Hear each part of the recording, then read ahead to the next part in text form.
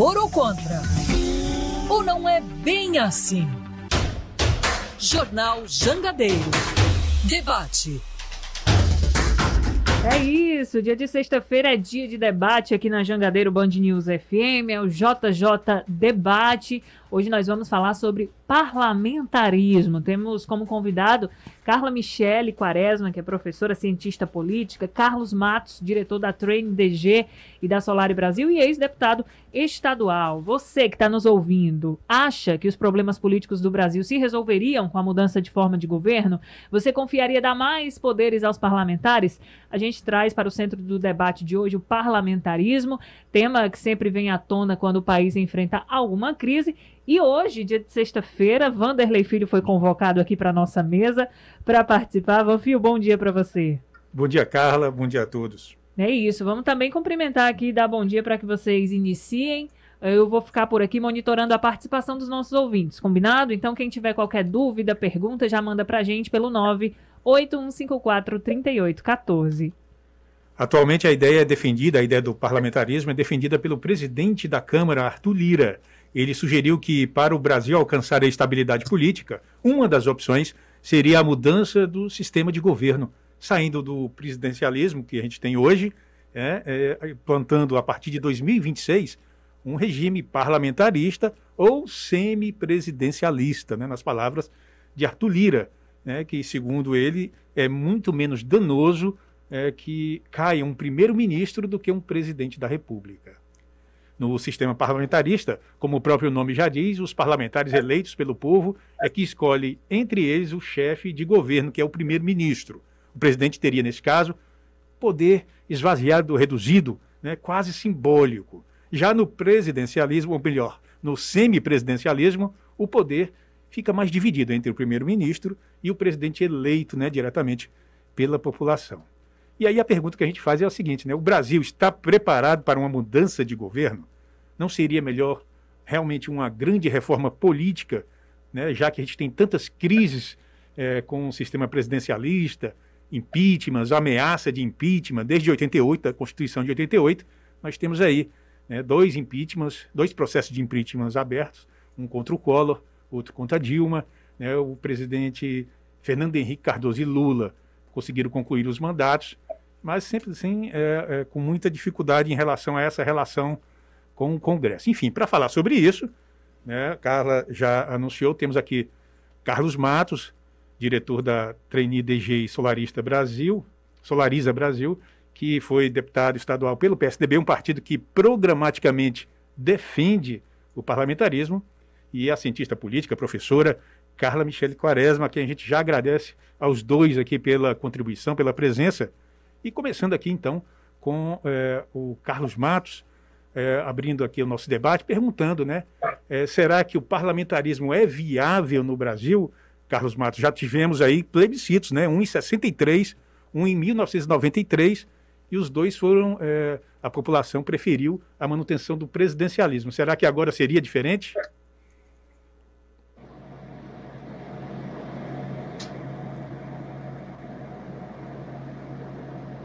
Carlos?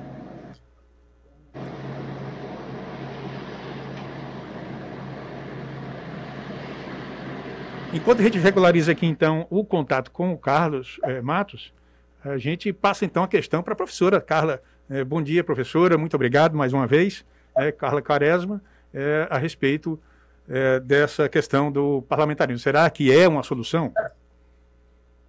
Olá, Vanderlei, bom dia a você. Eu quero cumprimentar também a Carla, ao deputado Carlos Matos, dizer da minha satisfação de participar desse debate, todas as vezes em que no Brasil nós estamos em meio a uma crise política, e as crises políticas são recorrentes no país, algum debate acerca da mudança do sistema de governo, Nós estamos falando aí de um arranjo político que basicamente trata dessa relação entre os poderes executivo e legislativo. No mundo hoje prevalecem três sistemas de governo em países democráticos, então presidencialismo, semipresidencialismo e o parlamentarismo. E o presidencialismo, que é o modelo adotado no Brasil, ele foi inspirado no modelo estadunidense, Nos Estados Unidos, eles tinham um regime de confederação que gerava muitos prejuízos, tanto territorialmente quanto politicamente. Havia muitas ameaças, inclusive de perdas territoriais, e aí em 1787, na Constituição, eles decidiram adotar um modelo federativo e para garantir uma maior unidade, maior centralização política, já que o modelo anterior era extremamente descentralizado, eles optaram pelo sistema presidencialista.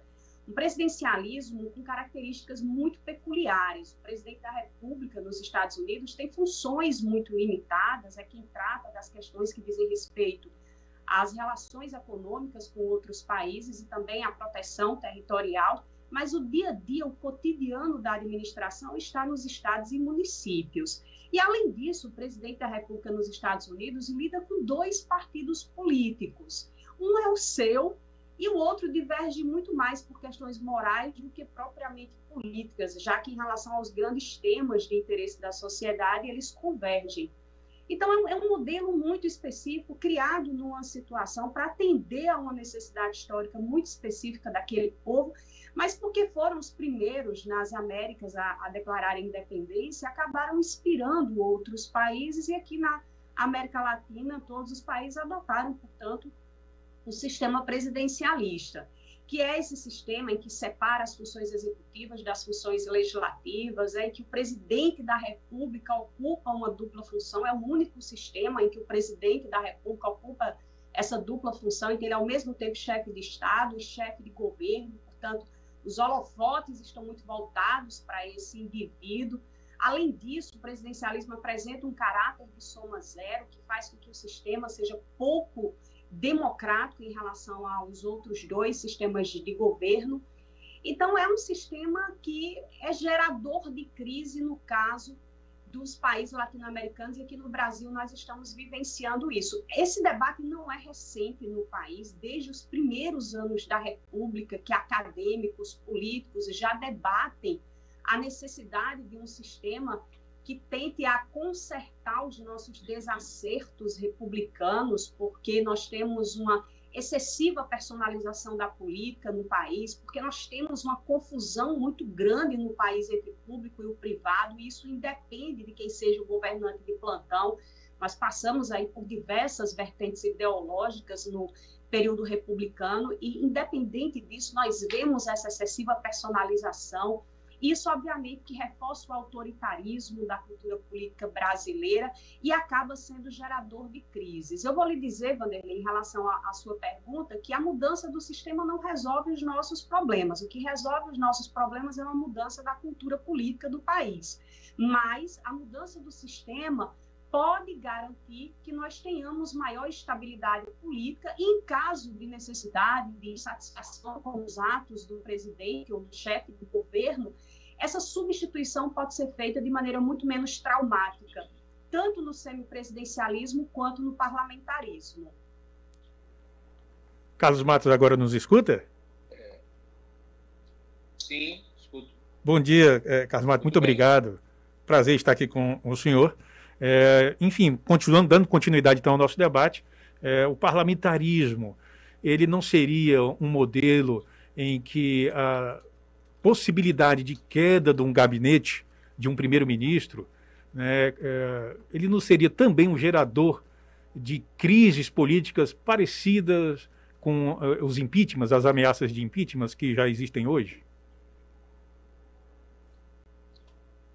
Bom dia, Vanderlei Filho. Bom dia, Carla Quaresma. Eu acho que o parlamentarismo é muito mais adequado do que o que nós vivemos hoje. Nós vivemos, na verdade, o que nem é presidencialismo e nem é parlamentarismo, porque é o presidencialismo de coalizão. Um presidente não consegue governar ou fica muito limitado às suas ações quando ele não forma uma coalizão. E por isso nós vimos, até na questão moral, problemas seríssimos. Foi daí que surgiu o mensalão, foi daí que surgiu uma série de relacionamentos promíscuos do Congresso com o governo central. E quando o governo toma uma posição, ele fica sempre garroteado, né? Nós temos, assim, não há um sistema e não há um sistema político coerente. Agora mesmo, as emendas parlamentares eram um instrumento de governo. que foi criado ao longo do tempo, em que exigia do parlamentar um certo alinhamento com o governo. Hoje, não, as emendas são impositivas. Então, eles não precisam de ter relacionamento com o governo central. A essência do parlamentarismo é um compartilhamento de responsabilidade no governo, num projeto de país, em que, havendo ou desconfiança por uma questão moral, ou mesmo falta de resultados, não cai só o primeiro-ministro, né? Também há uma troca de parlamentares. Então, exige um entendimento, exige uma convergência de interesses nacionais para que não venha cair todo o gabinete, né? Então, penso que, da forma que está, eu fico apavorado. Quando se fala em reforma política, eu fico apavorado, porque eu sei que é para piorar.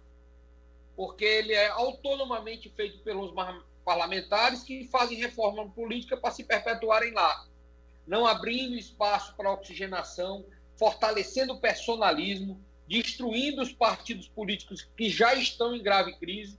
Agora mesmo se discute o distritão. Isso não existe, só tem no Iraque. No mundo inteiro só tem no Iraque funcionando.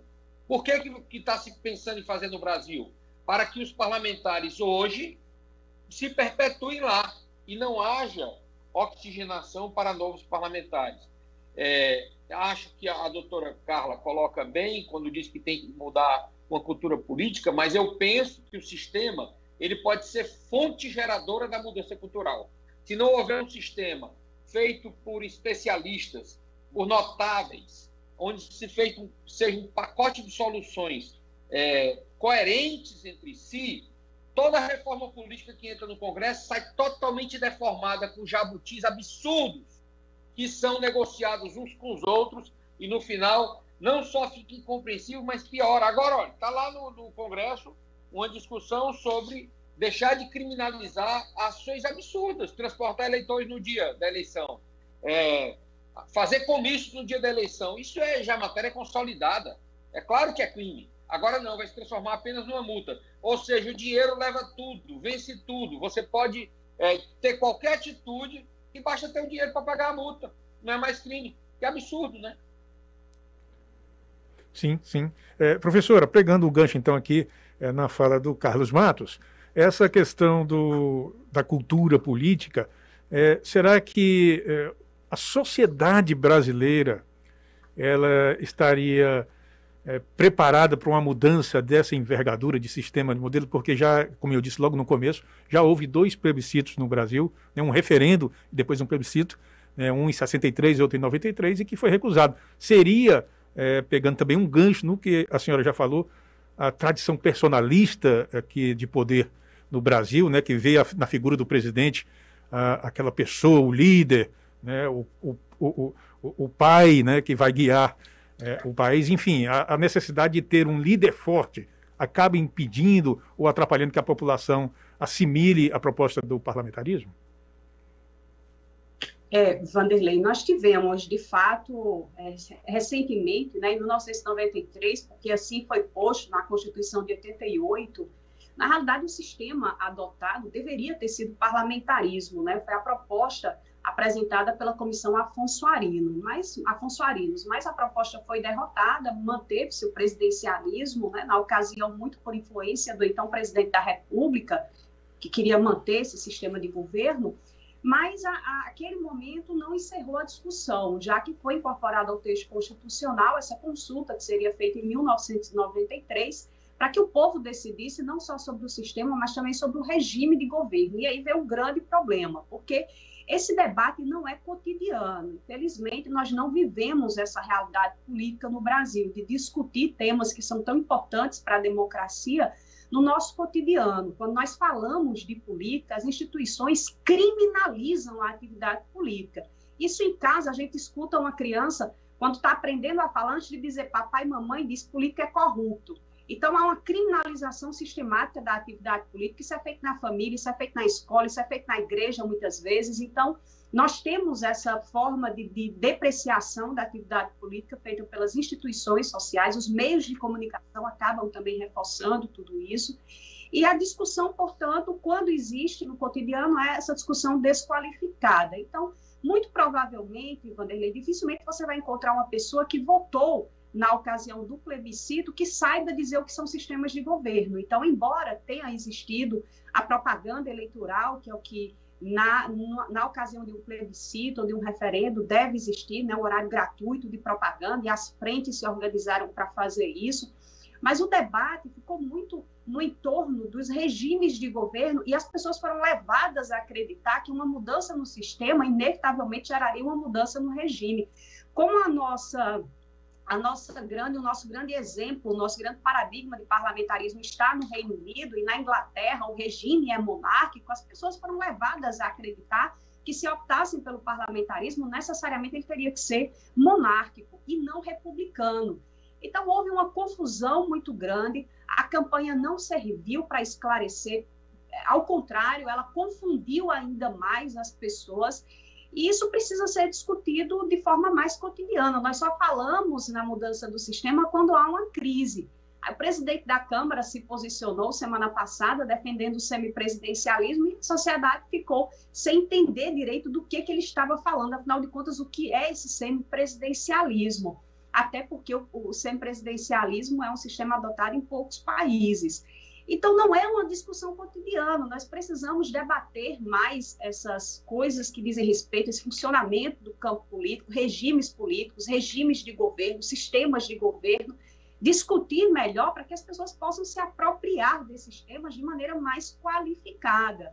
É claro, eu volto a dizer, o sistema por si só não resolve os nossos problemas democráticos, os nossos inconvenientes, essa nossa dificuldade de separar o público do privado. Afinal de contas, o Estado brasileiro surge como um desdobramento de uma família patriarcal, né?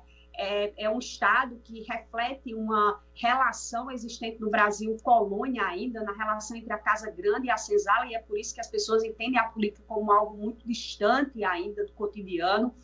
Então, nós precisamos trazer esse debate para o dia a dia das pessoas. E aí, sim, entendendo melhor quais são esses sistemas, o que eles permitem, isso vai fazer com que a discussão seja melhor qualificada e, assim, as pessoas possam decidir de maneira mais apropriada, de maneira mais convicta, realmente, daquilo que elas estão fazendo. Eu volto a dizer, o parlamentarismo é um sistema que permite, por exemplo, quando há um descontentamento, uma desconfiança em relação ao chefe de governo, permite que esse indivíduo seja destituído simplesmente com um voto de desconfiança. Isso não gera traumas para uma sociedade. Vejam que a sociedade brasileira, mais uma vez, está amargando em decorrência de um conflito muito grande entre os poderes. Um presidente da República agora trava um debate ferrenho aí com o Poder Judiciário, já o fez anteriormente com o Poder Legislativo, quando o Rodrigo Maia ainda estava à frente da Câmara dos Deputados. Então, é uma situação de muito conflito. Isso gera muita instabilidade para os negócios do país, instabilidade para o cotidiano das pessoas que não sabem se essa crise vai gerar um impeachment de um presidente da República. Aí a gente vê um STF dizendo que vai incluir o presidente da República no inquérito, o TSE dizendo que vai investigar a atuação do presidente da República em relação à possibilidade aí de crimes contra a democracia, contra o sistema eleitoral brasileiro. Então, vejam como esse sistema de governo é gerador de crises. Então, nós precisamos discutir muito mais seriamente essas questões, levar isso para o cotidiano das pessoas, para que realmente as pessoas possam se inteirar disso, que é fundamental para que a gente possa viver aí, pelo menos, alguns momentos de respiro no Brasil. Certo. Professora, a senhora tocou num ponto muito interessante, que é justamente o de lembrar que esses debates sobre modelos, sistemas de governo, eles sempre vêm na esteira de crises, né? E, então, eu pergunto aqui para o Carlos Matos agora, o atual modelo, né, que a gente chama popularmente de presidencialismo de coalizão, né, o senhor até já comentou um pouquinho como é que é essa relação com o Congresso. O presidente é eleito sem maioria, tem que construir a maioria ali no varejo, enfim, vai para a negociação com os partidos. Esse modelo, não seria mais interessante tentar aperfeiçoar esse modelo presidencialista que existe, reforçando talvez o papel dos partidos, enfim, antes de buscar uma mudança mais, vamos dizer, aprofundada, como uma troca de regimes? Eu acho que eu não tenho mais conseguido acreditar que o sistema será aperfeiçoado pensado só pelos parlamentares, que tem uma autonomia extrema e acaba advogando em causa própria. Todas as reformas políticas que eu consigo enxergar nos últimos anos pioraram, salvo algumas exceções. Houveram instrumentos, por exemplo, a decisão se o mandato é do partido ou é do parlamentar. Ele pressupõe um programa de governo que os partidos defendam e que ali eles compartilhem uma visão de país e que vão implementar aquela visão que eles acreditam. Então, mesmo os que ganharam ou que perderam, eles fazem parte daquele projeto. O que está se propondo agora com o Distritão é de que serão eleitos os mais votados. Não exige mais o coeficiente eleitoral para formar um deputado. Ou seja, destrói os partidos, não é mais necessário compartilhar uma visão de futuro do país, não é mais necessário haver uma convergência de pensamento dentro dos partidos, porque não importa mais o partido. Em qualquer partido que você tiver, se você for o mais votado, você estará eleito. Eu acredito que nós teríamos que abrir para depois fechar a discussão. Os sistemas e os regimes de governo, eles devem estar a serviço de 3 elementos fundamentais. Primeiro, a governabilidade. Segundo, a estabilidade do governo. E terceiro, os resultados propriamente ditos. Os desafios do país estão sendo resolvidos, estão sendo superados. A margem que o presidente da República tem hoje, mesmo no sistema parlamentarista, ou no sistema presidencialista, ou no presidencialismo de coalizão, ou semipresidencialismo, é muito pequena. Um orçamento de 1 bilhão, de 1 trilhão e 400 bilhões, 500 bilhões, o presidente da República só tem 40, 50 bilhões para desenvolver programas novos. É muito estreita a margem dele para fazer. Porque a Constituição de 98 impôs ao Estado uma série de agendas com orçamento já comprometido. Ele tem pouco a fazer. Então, é uma questão nacional importante e que tem a ver com a governabilidade. Agora, a estabilidade, eu acho que a participação ativa da sociedade, gostei muito quando a doutora Carla Quaresma colocou da criminalização da política. O ser político já é criminalizado, independente da postura moral, da competência, do talento. Alguém que se diga político, ele já está endereçado a ele o carimbo de corrupto. E aquelas novas gerações, os jovens, com vocações políticas, não se sentem atraídos de entrar no sistema. Com razão, porque nós vivemos um caciquismo onde com fundo eleitoral distorce tudo. O dono do partido endereça esse fundo eleitoral para onde ele quer, e esses jovens que poderiam entrar e oxigenar o sistema ficam à margem de tudo. Então, o que já era ruim, conseguiram piorar. Um fundo eleitoral de 2 bilhões vai agora para 4 bilhões, o que gera uma blindagem de participação social. Esses candidatos, patrocinados pelos partidos políticos, se sentem independentes para poder criar uma agenda de comprometimento com a sociedade.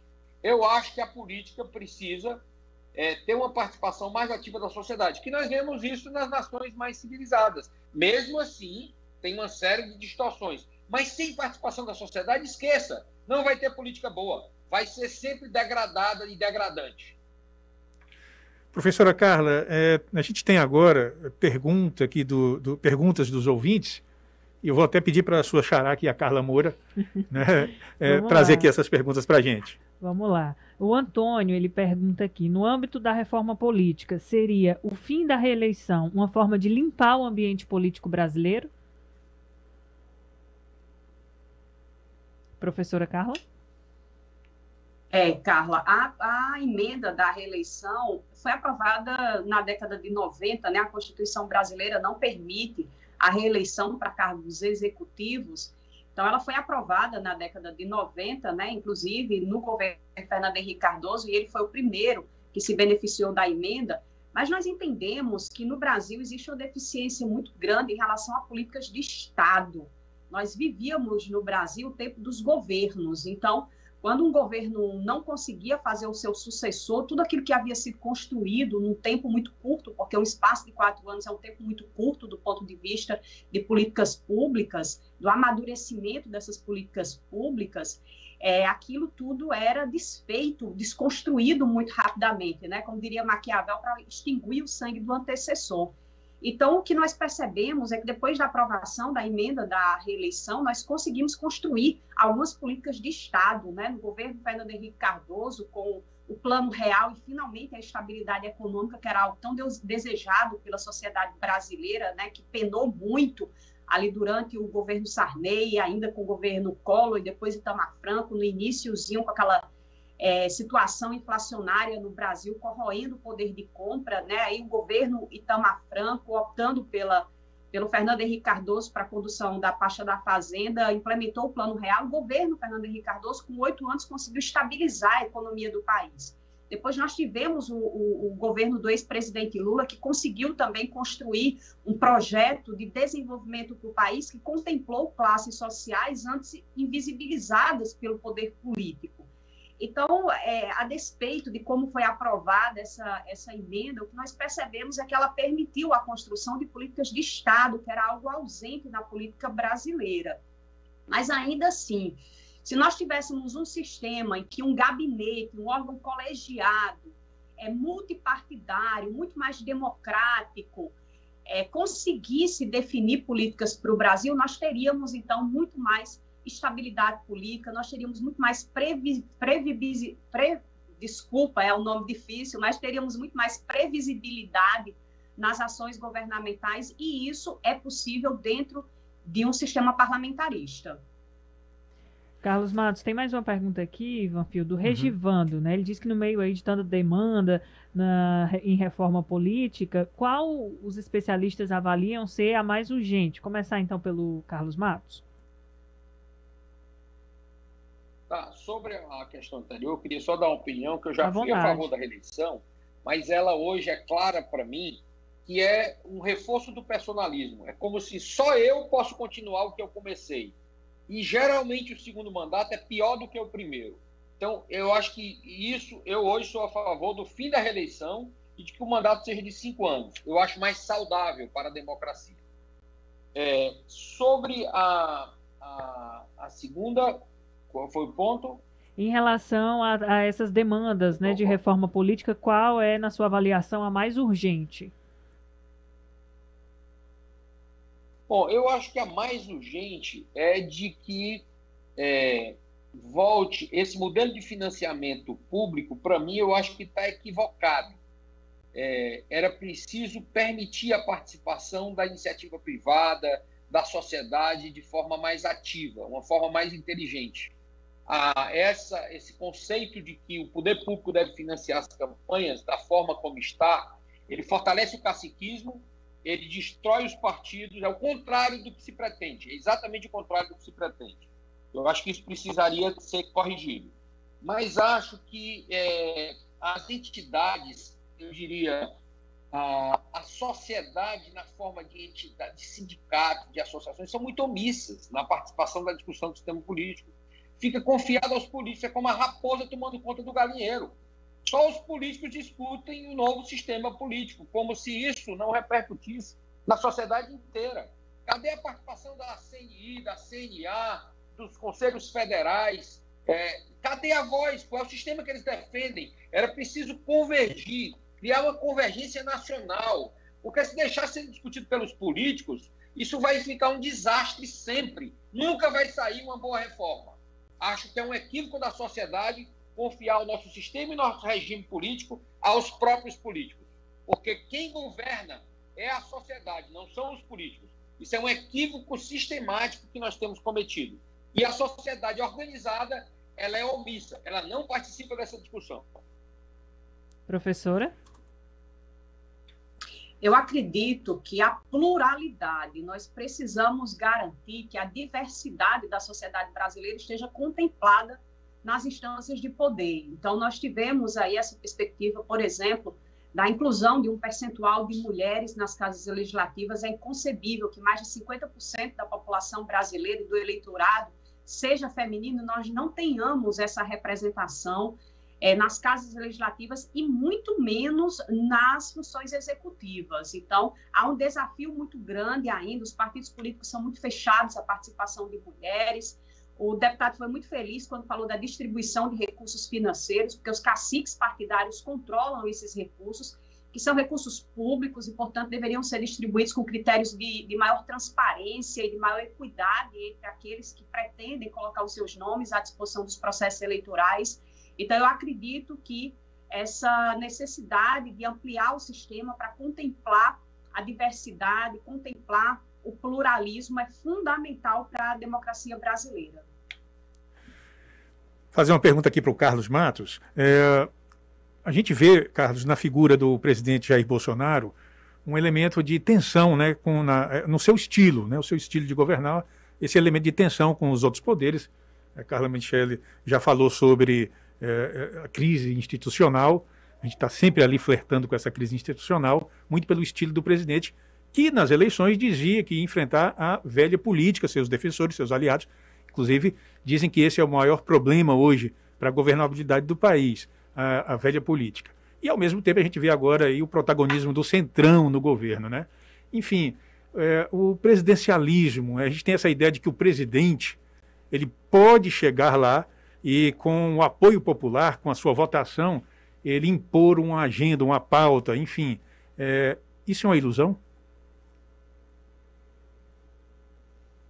Eu fico sempre em dúvida quando é que é o presidente que está falando ou quando é que é o artista das redes sociais, né? Às vezes o que ele fala para gerar engajamento na rede social não é o que ele faz. Eu fico sempre em dúvida, porque parece que ele alimenta o conflito permanentemente. Nós estamos com a necessidade de gerar convergências, nós estamos com a necessidade de poder alimentar. Por outro lado, essa posição dele, independente e livre, ele toma posições que são saudáveis para o país, até confrontando o Congresso muitas vezes, mas de forma que seria bom para o país, mas assim, não consigo entender, ele parece que não entende o sistema democrático brasileiro, ele faz uma confusão de modelo, um governo absoluto que não precisaria das instâncias democráticas criadas, como se pudesse fazer tudo, e desrespeita. Ouvir um presidente da República que está na hora da Constituição não ser respeitada é um absurdo, inaceitável, né? Por isso que acho que o Brasil, de certa forma, tem um modelo democrático que tem passado em várias provas importantes. O fato dele ter sido eleito já é uma prova democrática, eleito sem partido praticamente, eleito fora de todas as esteiras de que alguém pudesse se tornar presidente da República, fora de um grande partido no Brasil, foi uma demonstração da força da sociedade, que está dando recados, que o sistema já não é da confiança da sociedade. É quase um parlamentarismo. A sociedade demitiu os partidos, demitiu a estrutura partidária, demitiu a lógica política tradicional e elegeu um presidente fora disso, completamente fora disso. Mas esse recado não foi compreendido. Não há uma mudança na direção de que nós possamos enxergar uma estabilidade para o país. O presidente Bolsonaro teve que se render, senão iria para o impeachment. Se ele não fizesse uma coalizão com o Centrão, iria sair do governo. Ele teve que se render de todo jeito. Mas também diz, às vezes ele afirma coisas, essa questão do fundão. Ele disse que vetaria. E aí depois não veta mais. Curioso essa posição que vai e volta, parece que não tem uma firmeza, uma visão clara do que ele tem no seu projeto de poder. E de resto os outros partidos também. Eu não consigo ver nenhum partido político com um projeto para o país hoje que possa ser cobrado o presidente para esse projeto. Não vejo que haja convergência de deputados para um projeto de país. Pelo contrário, com o fundo eleitoral e com os partidos dominando as bases, os partidos que cresceram e que dominam o país são partidos que praticamente não têm governadores, têm poucos senadores e têm muitos deputados federais. Estão controlando a máquina do governo agora. Assumiram a Secretaria de Governo para poder dar governabilidade ao país, né? Então, Por isso que eu digo, o sistema, a sociedade precisa participar mais, porque senão nós vamos ficar trocando de presidente, eles vão ficar vulneráveis a serem impeachmentados e acabam cedendo. O Bolsonaro, todo independente, todo com um discurso de um lado, se rendeu. Teve que fazer uma aliança com o Centrão e acabou. Muito bem, então, agora eu pergunto, já estamos chegando aqui ao final, a professora Carla, né, existe, professora, espaço, na sua opinião, para uma figura que possa liderar esse debate, né? O Carlos Mato está falando que não vê essa figura, e mais, existe espaço na sociedade, uma expectativa, né, de alguém que chega, ou de algum grupo que chegue para trazer, vamos dizer, mais moderação no debate político?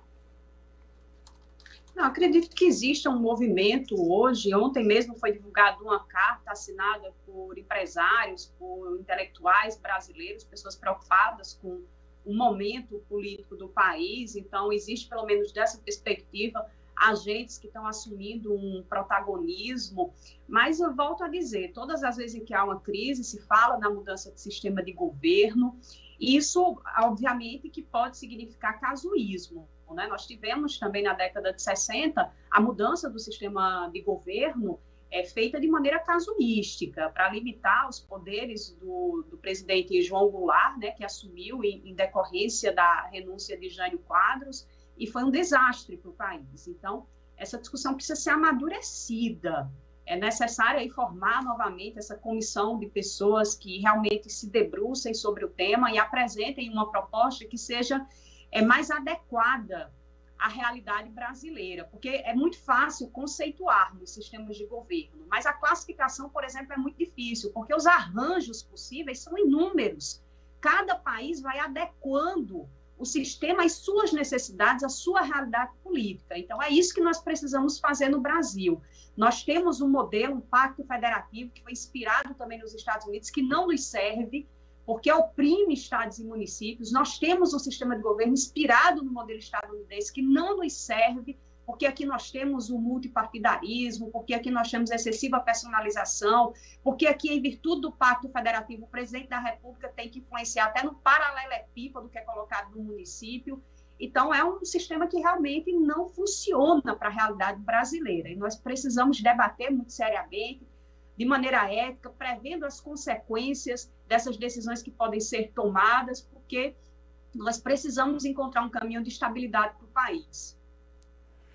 Muito bem, eu quero aqui agradecer, estamos chegando ao final do JJ Debate, né? Agradecer aqui a presença da professora Carla Michele Quaresma, o Carlos Matos, né, aqui junto comigo, e com a Carla Moura. Só eu que não sou Carlos aqui, mas enfim, é uma grande satisfação.